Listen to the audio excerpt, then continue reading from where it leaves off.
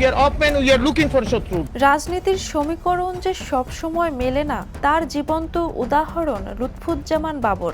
সময়ের স্রোতে যাকে একসময় ইতিহাসের সবচেয়ে অন্ধকার অধ্যায়ে ঠেলে দেওয়া হয়েছিল, তাকেই আবার দেখা গেল নির্বাচনী মাঠে গণরায়ের আলোয়।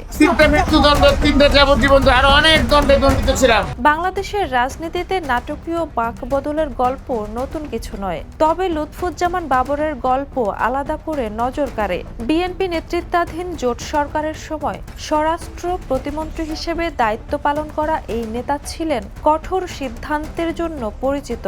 সে সময় রাষ্ট্রের আইনশৃঙ্খলা পরিস্থিতি নিয়ন্ত্রণে তার পদক্ষেপ সংবাদের শিরোনাম হয়েছে বারবার। কিন্তু 2004 সালের 21 আগস্টের গ্রেনেড হামলার ঘটনায় তার নাম জড়িয়ে পড়ার পর রাজনৈতিক জীবনে নেমে আসে অন্ধকার। পরবর্তীতে শেখ হাসিনা নেতৃত্বাধীন আওয়ামী লীগ সরকার ক্ষমতায় এলে একের পর এক মামলায় তাকে মৃত্যুদণ্ড দেওয়া হয়। এমনকি চট্টগ্রামের বহুল আলোচিত 10 ট্রাক অস্ত্র মামলায় মৃত্যুদণ্ডের রায়ও আসে তার। দীর্ঘ আইনি লড়াইয়ের পর 2024 সালে রাজনৈতিক পট পরিবর্তনের মধ্যে উচ্চ আদালতের রায়ে তিনি খালাস পান।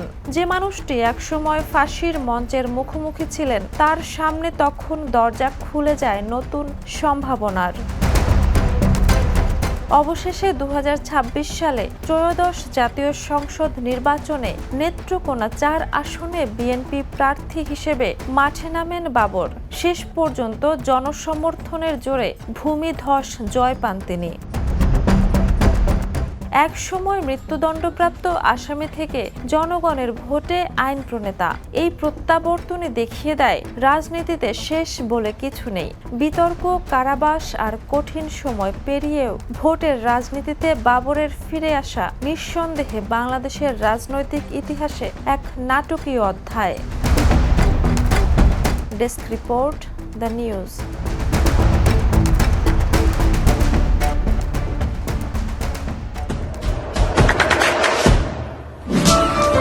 দেশে দেশে সবার সাথে দ্য নিউজ।